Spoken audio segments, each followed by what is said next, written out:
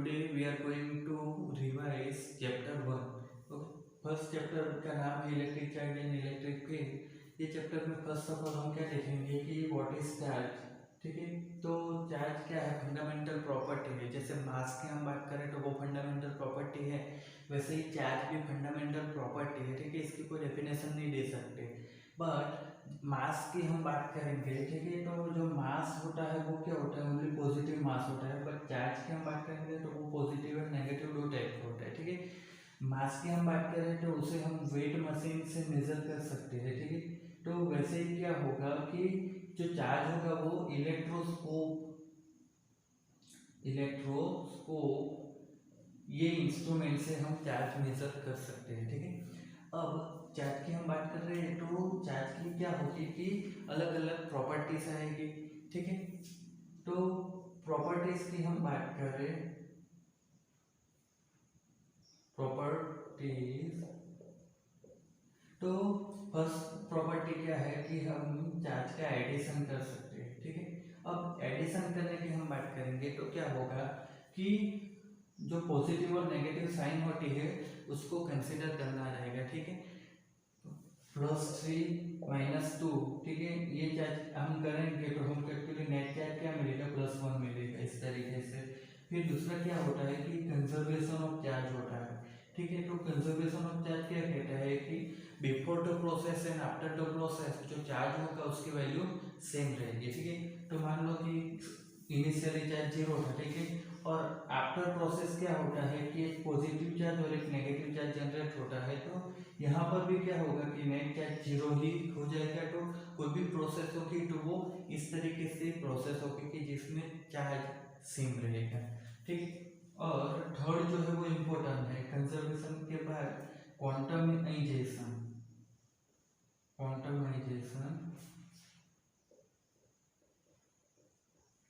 तो ये क्वांटमाइजेशन क्या कहता है कि जो भी कोई बॉडी होगी उसका जो चार्ज होगा, ठीक है, तो वो चार्ज क्या होगा?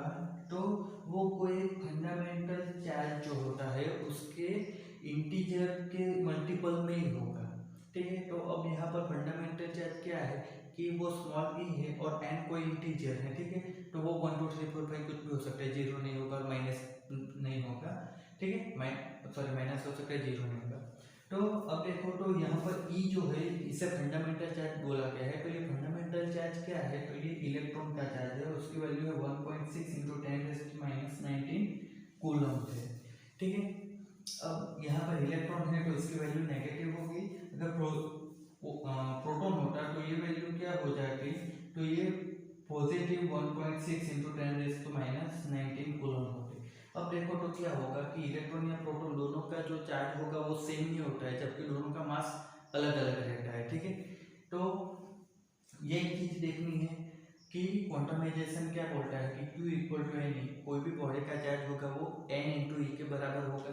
तो यहाँ से आपको क्या मिल सकता है? क्वेश्चन भी मिल सकता है कि अगर आपके पास 1 कूलम चार्ज है तो वहाँ पर नंबर ऑफ इलेक्ट्रॉन वो कितने होंगे? तो ये आपको ट्राई करके देखना है। ठीक है, अब यहाँ पर क्या होगा? 1 कूलम की जगह कुछ भी वैल्यू आ सकती है और आपको नंबर ऑफ इलेक्ट्रॉन फाइंड करने को बोल सकते हैं।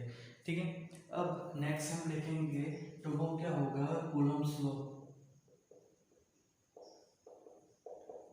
अगर आप लोगों को कूलम्स की स्पेलिंग आ गई है तो आपका फर्स्ट चैप्टर कंप्लीट हो गया, समझ लो। ठीक है, कूलम्स लॉ, ये लॉ क्या कहता है कि 2 पॉइंट चार्ज, ठीक है, एक दूसरे से कोई फाइनाइट डिस्टेंस पर है, जो डिस्टेंस होगा r, तो ये एक दूसरे के ऊपर जो भी फोर्स लगाएंगे, ठीक है, तो वो फोर्स क्या होगा? वो फोर्स होगा कि Q1 Q2/r²। ठीक है, अब यहाँ पर कोई Q1 चार्ज है, यहाँ पर कोई Q2 चार्ज है। अब यहाँ पर क्या होगा? तो चार्ज का जो टाइप होगा वो मैटर करेगा। ठीक है, तो अगर दोनों Q1 Q2 पॉजिटिव है या नेगेटिव है तो ये क्या होगा कि एक दूसरे को रिपल करेंगे। ठीक है, अगर पॉजिटिव और नेगेटिव होगा, ठीक है, तो क्या होगा कि दोनों के बीच अट्रैक्शन होगा। ठीक है, ये चीज याद रखनी है। तो ये फोर्स जो होता है, ठीक है, तो फोर्स क्या हो रहा है कि मतलब पुश हो रहा है या पुल हो रहा है, वो किसके ऊपर डिपेंड करेगा? तो चार्ज जो होता है उसके टाइप के ऊपर। अब यहाँ पर ये पॉजिटिव है, ये नेगेटिव है, तो क्या हो रहा है कि एक दूसरे के नजदीक आएंगे, ठीक है। और अगर ये भी पॉजिटिव होगा तो एक दूसरे से दूर चले जाएंगे, बस ये ध्यान रखना है। तो ये क्या है, कूलम्ब्स लॉ है। अब यहाँ पर ये तो सिर्फ दो चार्ज हो गए। अब दो की जगह अगर हम यहाँ पर Q1, यहाँ पर Q2, यहाँ पर Q3 ले रहे, ठीक है, तो ये इसके ऊपर फोर्स लगाएगा, ये इसके ऊपर लगाएगा, ठीक है। तो अब according to Newton's third law क्या होगा कि ये इधर जितना लगाएगा इसके ऊपर भी उतना ही लगेगा, ये इधर जितना लगाएगा इसके ऊपर भी इतना ही लगेगा, ठीक है। तो ये फर्स्ट F1, ये F2, ठीक है, इधर कोई हम ले लेते हैं Q4, तो ये हो जाएगा F3। तो इस तरीके से अगर सिस्टम ऑफ चार्ज हो जाएगा तो वहां पर जो नेट फोर्स होगा वो क्या हो जाएगा, F1 plus F2 plus F3, इस तरीके से हमको मिलेगा, ठीक है। अब देखो तो क्या हो रहा है कि जो फोर्स है वो वेक्टर क्वांटिटी है, तो यहाँ पर क्या होगा कि जो नेट फोर्स होगा तो वो क्या होगा, अकॉर्डिंग टू वेक्टर आएगा हमको, ठीक है। तो ये चीज ध्यान रखनी, क्योंकि फोर्स वेक्टर क्वांटिटी है। अब फोर्स के आगे हम देखेंगे तो इलेक्ट्रिक फील्ड आएगा। सॉरी, यहाँ पर एक टॉपिक अभी बाकी है। यहाँ पर आप देखो तो के जो है, ठीक है, ये फॉर्मूला में के देखो तो के की वैल्यू 9 × 10⁹, और इसका जो यूनिट होगा वो क्या होगा, न्यूटन मीटर स्क्वायर पर कूलम स्क्वायर। अब के जो है वो क्या होगा, उसका एक अगेन अपना एक फॉर्मूला है, और वो फॉर्मूला है 1/4πε0। तो यहाँ पर ये जो ε0 है ना, ये परमिटिविटी ऑफ स्पेस होता है, या आप एयर भी ले सकते हो, ठीक है। फिजिक्स में मोस्ट ऑफली स्पेस और एयर को सेम कंसीडर किया गया है, जबकि वो सेम नहीं होता है, ठीक है। तो ये ε0 परमिटिविटी ऑफ स्पेस, और उसकी वैल्यू होती है 8.85 × 10⁻12। यूनिट क्या होगा, तो इसका इनवर्स हो जाएगा, coulomb square upon newton into metre square, ठीक है। तो ये क्या हो गया, ε0 और के के बारे में हो गया। अब आगे हम देखेंगे इलेक्ट्रिक फील्ड के बारे में, तो साफ कर देता हूँ मैं पूरा नहीं, ठीक है। अब यहाँ पर बैकग्राउंड में साउंड भी कुछ आ रही होगी आप लोगों को, तो ये मैं रख के 12 बजे वीडियो बना रहा हूँ, तो मेरे अलावा यहाँ पर सिर्फ आप लोगों के फ्रेंड्स जो होते हैं वही बोल रहे हैं। अच्छा, जिसको आवाज नहीं आई तो समझ लेना कि उसके लिए नहीं था। ये हम अभी जो बात की वो इलेक्ट्रिक चार्ज के लिए था, ठीक है। नेक्स्ट हम बात करने वाले हैं इलेक्ट्रिक फील्ड के लिए। तो इलेक्ट्रिक फील्ड क्या है, तो कोई भी चार्ज जो होगा, ठीक है, तो ये चार्ज क्या करेगा कि अपने सराउंडिंग एरिया में क्या करेगा, अपनी इफेक्ट छोड़ देगा। तो क्या होगा कि जो एरिया होगा जहाँ पर इसकी इफेक्ट होगी, ये एरिया में अगर कोई Q1 जितना चार्ज आएगा तो क्या होगा कि ये Q और Q1 के बीच क्या होगा कि फोर्स लगेगा, ठीक है। अब ये अट्रैक्टिव फोर्स होगा या रिपल्सिव हो, तो क्या करेगा कि इन दोनों की साइन के ऊपर डिपेंड करेगा। बट यहाँ पर से हमको इलेक्ट्रिक फील्ड जो होगा वो कैसे मिलेगा, तो इलेक्ट्रिक फील्ड पहले तो वेक्टर क्वांटिटी है वो ध्यान रखना है। अब ये इलेक्ट्रिक फील्ड क्या होगा, तो फोर्स अपन यूनिट चार्ज होगा। फोर्स का फॉर्मूला क्या होगा, तो कि Q1/r² होता है, ठीक है। तो यहाँ से आप देखोगे नीचे Q है तो क्या हो जाएगा, सॉरी Q1 आएगा, Q1 बाहर से आ रहा है इसलिए, तो ये Q1 है, तो ये क्या हो जाएगा KQ इलेक्ट्रिक फील्ड KQ/r²। इस तरीके से हमको इलेक्ट्रिक फील्ड मिलेगा। अब ये जो इलेक्ट्रिक फील्ड है तो उसका यूनिट आप यहाँ से देख लो, तो ऊपर फोर्स है तो ये न्यूटन और नीचे कूलम, न्यूटन पर कूलम, ये इसका यूनिट बन जाएगा। इसका दूसरा यूनिट भी आता है वोल्ट पर मीटर, जो कि सेकंड चैप्टर में आपको देखने को मिलेगा। अब यहाँ पर इलेक्ट्रिक फील्ड जो है तो उसका डायमेंशन फॉर्मूला भी आएगा, ठीक है। इलेक्ट्रिक फील्ड का डायमेंशन फॉर्मूला m1L1T-3A-1। तो ये क्या है, एग्जाम के लिए इम्पोर्टेंट है, एमसीक्यू में आ सकता है।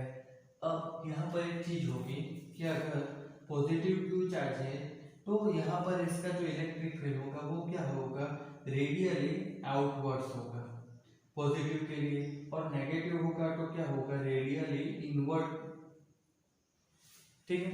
तो पॉजिटिव के लिए बाहर और नेगेटिव के लिए इनवर्ड इलेक्ट्रिक फील्ड की डायरेक्शन रहेगी।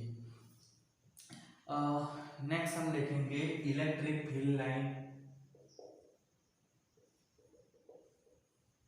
तो इलेक्ट्रिक फील्ड लाइन की हम बात करें तो ये क्या होता है, तो जो इलेक्ट्रिक फील्ड की हमने बात की है तो इसको हमें जियोमेट्रिकली जब प्रेजेंट करना होगा तो हम इलेक्ट्रिक फील्ड लाइन के थ्रू मेजर कर पाएंगे। ठीक है। अब इलेक्ट्रिक फील्ड लाइन का पहले तो मतलब समझ लो कि अगर ये इलेक्ट्रिक फील्ड लाइन छोटे एरिया में बहुत ज़्यादा है तो इलेक्ट्रिक फील्ड यहाँ पर ज़्यादा होगा, और इलेक्ट्रिक फील्ड ऐसा इलेक्ट्रिक फील्ड लाइन ऐसी कम है तो मतलब यहाँ पर इलेक्ट्रिक फील्ड कम होगा। अब यहाँ पर हम देखेंगे तो इसकी अपनी कुछ कैरेक्टरिस्टिक होती है। ठीक है। कैरेक्टरिस्टिक क्या होती है, तो पहले तो ये कि इलेक्ट्रिक फील्ड लाइन क्या होती है, तो पॉजिटिव में से निकल के नेगेटिव में जाती है, एंटर होती है इस तरीके से। ये फर्स्ट कैरेक्टरिस्टिक हो गई। दूसरी क्या होती है कि फर्स्ट में से निकल के मतलब पॉजिटिव में से निकल के नेगेटिव में जाती है, बट नेगेटिव से वो रिटर्न पॉजिटिव पर नहीं होती है। ये भी एक कैरेक्टरिस्टिक हो गई। ठीक। थर्ड कैरेक्टरिस्टिक क्या है कि ये कंटिन्यूस होती है। ठीक है। इलेक्ट्रिक फील्ड लाइन कंटिन्यू होती है। ठीक है, डॉटेड लाइन नहीं होती है। और लास्ट क्या है कि electric field line never intersect. Electric field line एक दूसरे को टच नहीं करेगी। क्यों नहीं करेगी, क्योंकि इलेक्ट्रिक फील्ड लाइन के कोई भी पॉइंट पर, ठीक है, इलेक्ट्रिक फील्ड लाइन के कोई भी पॉइंट पर आप टेंजेंट ड्रॉ करोगे। ठीक है। तो ये जो टेंजेंट होगा ना वो वहां पर इलेक्ट्रिक फील्ड की डायरेक्शन बताता है। अब अगर एक दूसरे को इंटरसेक्ट करेगी तो क्या होगा कि यहाँ पर इलेक्ट्रिक फील्ड की टू अलग अलग डायरेक्शन हो जाएगी। तो दैट इज नॉट पॉसिबल। ठीक है। आप एक साथ दोनों डायरेक्शन में नहीं जा सकते। तो इस वजह से क्या होगा कि ये इंटरसेक्ट नहीं करती है। तो ये इलेक्ट्रिक फील्ड लाइन की कैरेक्टरिस्टिक हो गई। नेक्स्ट हम देखेंगे कि इलेक्ट्रिक फ्लक्स के बारे में। तो वो भी क्या होगा, ये जो इलेक्ट्रिक फील्ड लाइन है उसी के ऊपर बेस्ड है।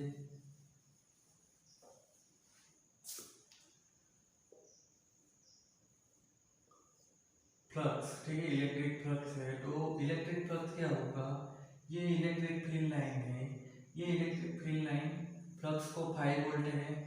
तो इलेक्ट्रिक फील्ड लाइन जो है तो वो क्या होगी कि कोई उसको परपेंडिकुलर एरिया में से कितनी इलेक्ट्रिक फील्ड लाइन पास हो रही है वो बतलाता है। ठीक है। अब मान लो कि ये इलेक्ट्रिक फील्ड लाइन है। ठीक है। अब आप देखोगे तो ये दो अलग अलग है। ठीक है। अब ऐसे बता रहा हूँ, ये इलेक्ट्रिक फील्ड लाइन है। अब इसकी डायरेक्शन ये है। ठीक है। ये वाला जो एरिया है, ठीक है, ये एरिया दिख रहा है। अब ये एरिया में ऐसे रखूंगा और इलेक्ट्रिक फील्ड इस तरीके से पास होगी, तो ये जो एरिया है मेरा पाँव का, ठीक है, उसमें से ये पास नहीं हो रही है। ठीक है। बट अगर मैं इसको इस तरीके से रखूंगा तो क्या होगा कि इलेक्ट्रिक फील्ड लाइन इसमें से पास हो जाएगी। अब मैं इस तरीके से मेरी हथेली है उसको इस तरीके से रखूंगा तो क्या होगा कि ये मेरी उंगली देखो, तो ये क्या हो रहा है, ये जो डायरेक्शन बनेगी वो क्या हो जाएगी, तो एरिया वेक्टर होगा। ठीक है। अगर मैं इस तरीके से रखूंगा तो ये डायरेक्शन में या ऑपोजिट में भी होता है। ठीक है। एरिया वेक्टर क्या होगा, तो ये ऑपोजिट में या ये डायरेक्शन में, मतलब जिस साइड से आप देखोगे आप तो उधर आपको एरिया मिलेगा, वो एरिया वेक्टर की डायरेक्शन हो गई। तो आप इस तरीके से देखोगे तो एरिया वेक्टर की डायरेक्शन क्या होगी, आपको इधर से एरिया नहीं दिख रहा है बट इधर से आप देखोगे ये जगह से, ठीक है, इधर से आप देखोगे तो एरिया दिखेगा। तो एरिया वेक्टर की डायरेक्शन क्या हो गई, ये हो गई। अब देखो तो इलेक्ट्रिक फील्ड की डायरेक्शन भी क्या होगी, यही होगी। तो एरिया वेक्टर की डायरेक्शन और इलेक्ट्रिक फील्ड की डायरेक्शन सेम होगी। ठीक है। तो हमको फ्लक्स कैसे मिलेगा, तो फ्लक्स जो होता है वो क्या होगा, तो इलेक्ट्रिक फील्ड लाइन के ऊपर भी डिपेंड करेगा। अगर यहाँ पर इलेक्ट्रिक फील्ड लाइन जो है वो इससे ज़्यादा हो गई तो भी क्या होगा कि ये एरिया में से इलेक्ट्रिक फील्ड ज़्यादा पास हो रही है, या फिर आप देखो तो एरिया हमने कम कर लिया तो भी क्या होगा कि जो इलेक्ट्रिक फील्ड लाइन होगी वो कम पास हो रही होगी। तो इलेक्ट्रिक फ्लक्स जो होता है वो इलेक्ट्रिक फील्ड एरिया, ये दोनों चीज पर डिपेंड करता है। और तीसरा जो होगा वो क्या होगा, कॉस थीटा। ठीक है, अब कॉस थीटा कैसे आएगा, तो जो डायरेक्शन होती है, ठीक है, अब देखोगे ये इस तरीके से क्या है कि दोनों की डायरेक्शन सेम है, एरिया वेक्टर और इलेक्ट्रिक फील्ड की। बट अगर एरिया वेक्टर की डायरेक्शन में इस तरीके से कर दो तो एरिया वेक्टर की डायरेक्शन क्या होगी, ये पीछे की ओर होगी, ठीक है, या फिर इस तरीके से कर देता हूँ, एरिया वेक्टर की डायरेक्शन ये ले लो। अब देखो तो क्या होगा, तो ये इलेक्ट्रिक फील्ड लाइन है, तो अब क्या होगा कि पहले दो हो रही थी, तो अब क्या होगा कि एक इसमें से पास होगी, ठीक है, एक ही पास होगी, दूसरी उसको टच किए बिना निकल जाती है ना। तो जो यहाँ पर क्या होगा कि इलेक्ट्रिक फ्लक्स जो होता है वो दोनों के बीच का एंगल के ऊपर भी डिपेंड करता है, एरिया और इलेक्ट्रिक तीनों के ऊपर डिपेंड करता है। अब यहाँ पर आगे हम क्या देखेंगे, तो डायपोल के बारे में देखेंगे। डायपोल क्या है, तो एक पॉजिटिव चार्ज है, एक नेगेटिव चार्ज, ये दोनों एक दूसरे से इनफाइनाइट डिस्टेंस पर है, इनका सेंटर हम यहाँ पर 0 ले गए, तो ये डिस्टेंस सेंटर से एक चार्ज का ये हो जाएगा, दूसरे का भी ये हो जाएगा, और डायपोल की लेंथ क्या हो जाएगी, 2a। ठीक है, तो इस तरीके की जो सिस्टम होती है उसको बोलते हैं डायपोल। ये एक पोल, ये दूसरा पोल हो गया डायपोल। अब डायपोल मोमेंट आएगी इसकी, तो वो डायपोल मोमेंट क्या होती है, तो कोई एक चार्ज और उन डायपोल की टोटल लेंथ, ठीक है, इसका यूनिट क्या होगा, तो चार्ज का यूनिट कूलम और 2a लेंथ है, तो लेंथ का यूनिट मीटर, ठीक है, इसको सेंटीमीटर में पढ़ना है। तो इस तरीके से क्या होगा कि डायपोल मिलेगी। अब ये डायपोल आ गए, तो डायपोल के लिए क्या होगा कि अलग अलग केस बनेंगे। ये अलग अलग केस में क्या होगा, तो डायपोल की जो एक्स होगी उसके ऊपर, जितनों की एक्स होगी उनको याद आ गई होगी, है ना। डायपोल के अक्ष के ऊपर क्या होगा, तो ये पॉजिटिव है, ये नेगेटिव है, ठीक है, और इधर कोई पॉइंट P है, ठीक है, तो ये पॉइंट जो है वो डायपोल से कितना है, r डिस्टेंस पर है। तो यहाँ पर से आप देखोगे तो ये पॉजिटिव की वजह से यहाँ पर क्या होगा, ये डायरेक्शन में इलेक्ट्रिक फील्ड जनरेट होगा, नेगेटिव की वजह से क्या होगा, तो ये डायरेक्शन में इलेक्ट्रिक फील्ड होता है, ठीक है। नेगेटिव के लिए क्या होगा, टुवर्ड्स द चार्ज, और पॉजिटिव के लिए away from the charge electric field होता है। ये हमने अभी देखा, याद नहीं हो तो डिवाइड करके देख लो। अब ये सेंटर से डिस्टेंस r है, तो ये जो पॉइंट P होगा उसका इलेक्ट्रिक फील्ड क्या बनेगा, तो इलेक्ट्रिक फील्ड 2kp/r², इस तरीके से इसका इलेक्ट्रिक फील्ड आता है, ठीक है। अब यहाँ पर एक चीज याद रखने वाली कि हमने पॉइंट चार्ज लिया था Q, तो वहां पर हमको इलेक्ट्रिक फील्ड क्या मिला था, तो इलेक्ट्रिक फील्ड हमको kq/r² मिला था। तो वहां पर जो इलेक्ट्रिक फील्ड था वो 1/r² के प्रोपोर्शनल था, जबकि यहाँ पर इलेक्ट्रिक फील्ड 1/r³ के प्रोपोर्शनल रहता है, ठीक है। अब ये तो क्या हो गया डायपोल की एक्सिस के ऊपर। अब दूसरा जो पॉइंट आएगा वो क्या होगा, इक्वेटोरियल प्लेन में आएगा। तो क्या होगा कि ये पॉजिटिव चार्ज है, ये नेगेटिव चार्ज है, डिस्टेंस या डायपोल की लेंथ जो है वो 2a है, तो इसके मिड पॉइंट से कोई r डिस्टेंस के ऊपर एक पॉइंट P है। तो यहाँ से क्या होगा कि ये electric field due to positive charge, यहाँ पर नेगेटिव है, तो towards the charge electric field आएगा, तो ये नेगेटिव इलेक्ट्रिक फील्ड है, तो हमको रिजल्टेंट इलेक्ट्रिक फील्ड क्या होगा, ये डायरेक्शन में मिलेगा। तो ये जो इलेक्ट्रिक फील्ड होगा उसकी जो वैल्यू होगी वो क्या आएगी, तो ये ऊपर वाली जो वैल्यू है ना उसमें से 2 को निकाल दो, तो ये हो जाएगी kp/r³। तो इस तरीके से हमको क्या होगा कि इलेक्ट्रिक फील्ड मिलेगी डायपोल के एक्सिस पर और इक्वेटोरियल प्लेन में। अब इसमें से ये वाला जो है ना ये बहुत ही इंपॉर्टेंट है, थियरी में देखोगे तो क्या होगा, मोस्ट इंपॉर्टेंट थियरी है क्या, कि electric field on the axis of dipole. तो ये जो फॉर्मूला है वो आपको प्रूव करना रहेगा। अभी इसके लिए हमने पूरा एक वीडियो बनाया था, ठीक है, तो वो वीडियो देख लेना और बुक में से भी पढ़ लेना। अब आगे हम देखेंगे तो क्या होगा कि फ्लक्स हो गया, ये इलेक्ट्रिक डायपोल की हम बात कर रहे हैं।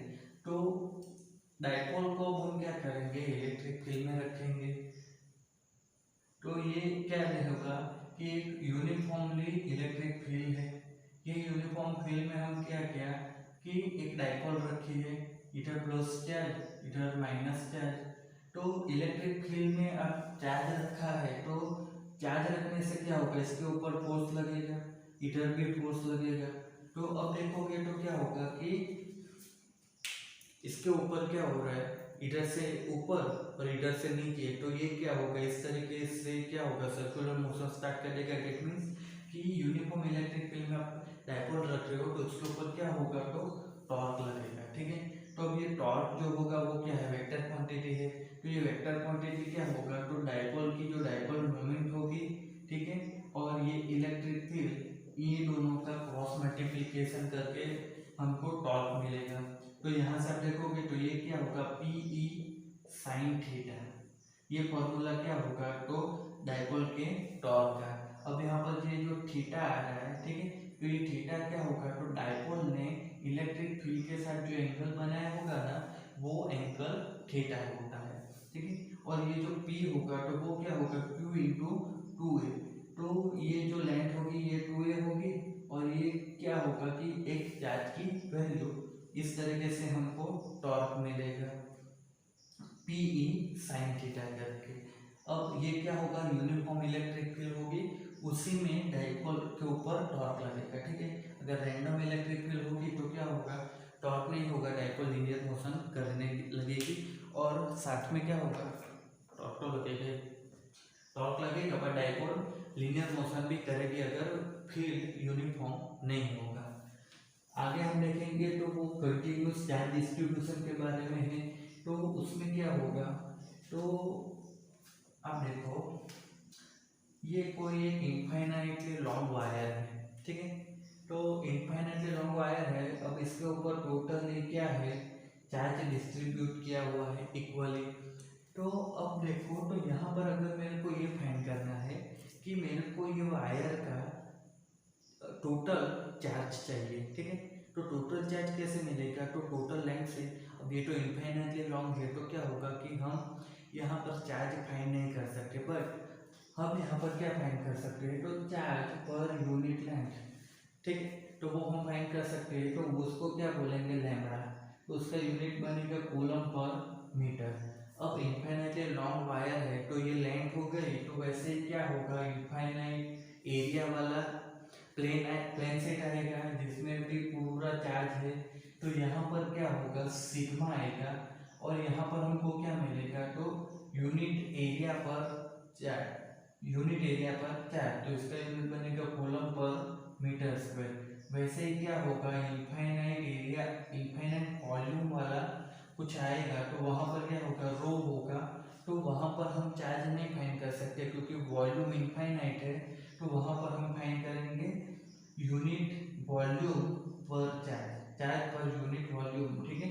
तो वो हमको क्या मिलेगा, क्यू अपन भी, उसका यूनिट क्या आएगा, तो कूलम पर मीटर क्यूब। अब इसकी जरूरत क्यों पड़ती है, तो कभी क्या होता है कि हमको जो वायर होता है, ठीक है, मतलब कुछ भी इनफाइनाइट दिया गया है, मतलब किसी की वायर की या कोई एरिया की वैल्यू नहीं दी है, तो वहाँ पर हम क्या कर सकते हैं कि चार्ज पर यूनिट लेंथ ले सकते हैं, तो जिसको हम बोलते हैं लैम्बडा। तो क्या होगा कि अगर हमको लेंथ नहीं मिली होगी, ठीक है, तो वहाँ पर हम चार्ज भी फाइंड नहीं कर सकते, बट वहाँ पर हम लैम्बडा दिया होगा या हम वो फाइंड कर सकते हैं, तो उसके लिए ये जरूरत पड़ती है। ये क्या होगा, तो कंटिन्यूस चार्ज डिस्ट्रीब्यूशन होता है। अब आगे हम देखेंगे तो गाउस लॉ के बारे में, ठीक है। तो गाउस लॉ क्या कहता है कि कोई भी सरफेस होगी, ठीक है, ये आपकी कोई सरफेस है, ये सरफेस के अंदर क्यू चार्ज है, ठीक है, और सरफेस के बाहर Q1 चार्ज है, तो ये सरफेस का जो फ्लक्स होगा वो फ्लक्स हमको Q बाय एप्सिलॉन 0 करके मिलेगा, ठीक है। अब यहाँ पर ये जो Q1 है वो क्या हो जाता है, इग्नोर। इग्नोर मतलब कि जब भी हमें कोई सरफेस के लिए अगर फ्लक्स फाइंड करना है तो वहाँ पर क्या होगा, वो फ्लक्स हमको जो चार्ज होगा ना, तो वो चार्ज क्या होगा कि बॉडी होगी, उसके इनसाइड वाला जो चार्ज होगा वही मैटर करेगा, आउटसाइड चार्ज बॉडी के फ्लक्स के ऊपर मैटर नहीं करता है। तो इसलिए फ्लक्स हमको Q इनसाइड अपन एप्सिलॉन 0 करके मिलता है, ठीक है। अब अगर यहाँ पर Q और Q1 दो तरीके के चार्ज होंगे, ठीक है। तो हमको जो फ्लक्स होगा वो फ्लक्स कैसे मिलेगा, तो Q plus Q1 by epsilon zero इस तरीके से मिलता है, ठीक है। तो आई होप क्या आइडिया आ गया होगा। तो ये गाउस लॉ है, ठीक है। अब हम क्या करेंगे कि ये गाउस लॉ की एप्लीकेशन देखेंगे। तो 3 एप्लीकेशन है गाउस लॉ की। तो फर्स्ट एप्लीकेशन की हम बात करें तो फर्स्ट एप्लीकेशन में क्या है कि वही इनफाइनाइटली लॉन्ग वायर है। अब इसके ऊपर इक्वली चार्ज डिस्ट्रीब्यूशन किया हुआ है। अब ये जो वायर है उससे कोई आर डिस्टेंस पर कोई पॉइंट पी है, ठीक है। आर डिस्टेंस पर कोई पॉइंट पी है। तो ये पी पॉइंट पर इलेक्ट्रिक फील्ड कितना बनेगा वो हमको फाइंड करना रहता है। तो इसकी डायरेक्ट फॉर्मूला बता दे रहा हूँ कि वो आएगा lambda upon 2 pi epsilon zero और आर। तो ये क्या हो जाएगा, तो ई हम यहाँ पर क्या करेंगे ऊपर और नीचे 2 से मल्टीप्लाई करेंगे। तो क्या होगा, फॉर्मूला थोड़ा इजी बन सकता है। देखो अब क्या होगा, ऊपर और नीचे मल्टीप्लाई किया तो नीचे 4 पाई एप्सिलॉन जीरो आ गया है। तो ये 4 पाई एप्सिलॉन जीरो क्या है, के है। तो ये formula 2k lambda upon are इस तरीके से भी हमको फॉर्मूला मिल जाएगा। किसके लिए, तो first application of Gauss law के लिए। अब दूसरा क्या है, तो ये इनफाइनाइटली एरिया वाला प्लेन शीट है। इसके अंदर क्या होगा, तो चार्ज बड़ा बड़ा है, ठीक है। तो इसका इलेक्ट्रिक फील्ड हमको क्या मिलेगा, मतलब ये प्लेन शीट है तो यहाँ से कोई आर डिस्टेंस वाला कोई पॉइंट होगा ना वहाँ पर, तो वहाँ पर इलेक्ट्रिक फील्ड हमको क्या मिलेगा, सिग्मा अपॉन 2 एप्सिलॉन जीरो मिलता है, ठीक है। अब यहाँ पर एक चीज क्या होगी कि आप देखोगे तो डिस्टेंस मैटर नहीं कर रहा है, ठीक है। यहाँ पर जो प्लेन शीट है उसमें इलेक्ट्रिक फील्ड फाइंड क्या है, तो sigma upon 2 epsilon zero, sigma constant रहेगा या एप्सिलॉन जीरो भी कांस्टेंट रहेगा, मतलब इलेक्ट्रिक फील्ड कांस्टेंट रहेगा। तो ऐसा क्यों होता है, तो यहाँ पर डिस्टेंस मैटर क्यों नहीं करता है। तो एक चीज समझो कि अपने हाथ में मतलब ये मान लो टॉर्च है, ठीक है, और ये प्लेन शीट है।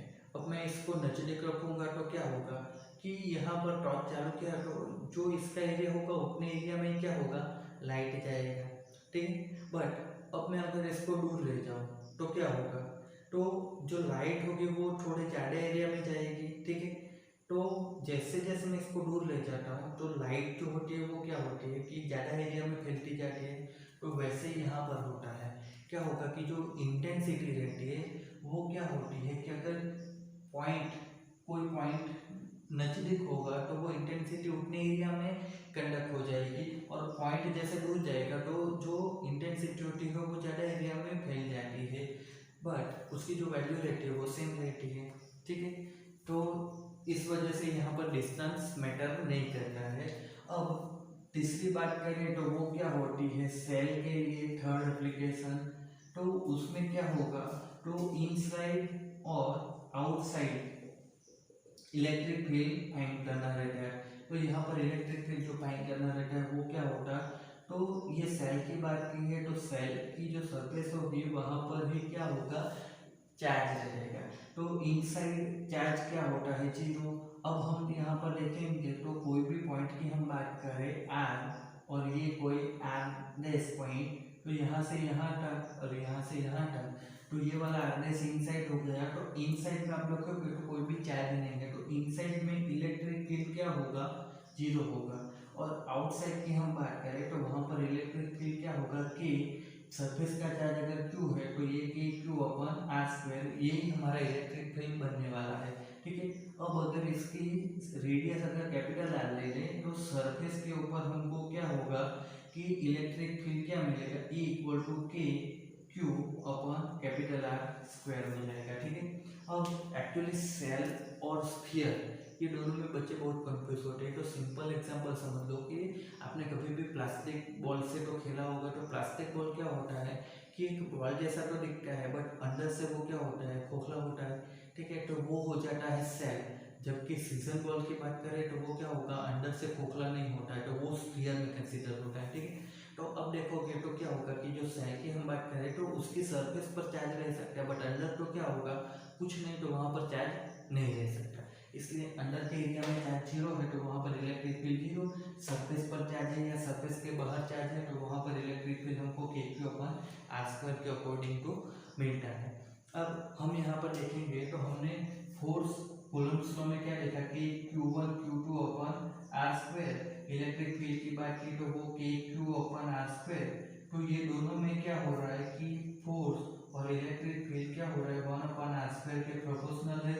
तो इनका फोर्स या इलेक्ट्रिक फील्ड अगेन डिस्टेंस का जो ग्राफ बनेगा तो वो क्या होगा, डिक्रीज हो रहा है कर्व में डिक्रीज हो रहा है, ठीक है, डायरेक्ट डिक्रीज नहीं हो रहा है, ठीक है। जबकि यहाँ पर हम बात करें सेल का इलेक्ट्रिक फील्ड अगेन डिस्टेंस का, तो यहाँ पर इलेक्ट्रिक फील्ड और डिस्टेंस, तो आप देखोगे तो जीरो से लेके क्या हो रहा है कि जो रेडियस है वहाँ तक, तो ये जीरो से रेडियस तक मतलब कैपिटल R तक इलेक्ट्रिक फील्ड जीरो रहता है, यहाँ पर सडनली बढ़ जाता है, ठीक है, और फिर ये डिक्रीज हो जाता है, ठीक है।